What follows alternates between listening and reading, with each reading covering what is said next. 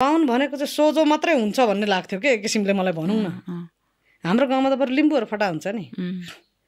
लिम्बूले चाहिँ बाहुनलाई जिस्काइरहेको हुन्छ, भेपिरहेको हुन्छ नि।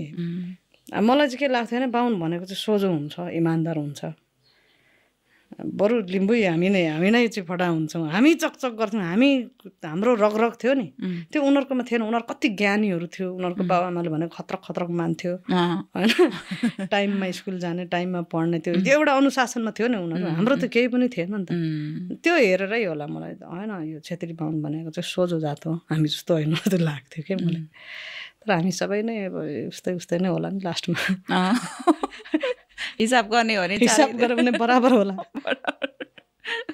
त्यही त अब अहिलेको समय फेरि जातको कुरा गऱ्यो भने फेरि दुनियाँ भन्ने पनि चलन छ होइन। तर भन्नेले भन्दै गर्छ जातको कुरा त गर्नै पर्छ। जातको कुरा भनेको नेगेटिभ हुँदै होइन, एकदम पोजिटिभ हो। जात भनेको त पहिचान हो नि, त्यो त गर्नै पर्छ नि। हामी लिम्बू भएर मलाई एकदम गजब लाग्छ म लिम्बुनी भएको। मलाई कति लिम्बू हुनुको अर्थहरू रमाइलो लाग्छ होइन। हो त्यसरी हरेक जातलाई आफू त्यो जात हुनुमा रमाइलो मानोस् कि। एक बारको जिन्दगी हो, कुन जातलाई गाली गरेर कसलाई गरेर के पाउनु के छ र। के छ तर जातको कुरा चाहिँ गर्नै पर्छ।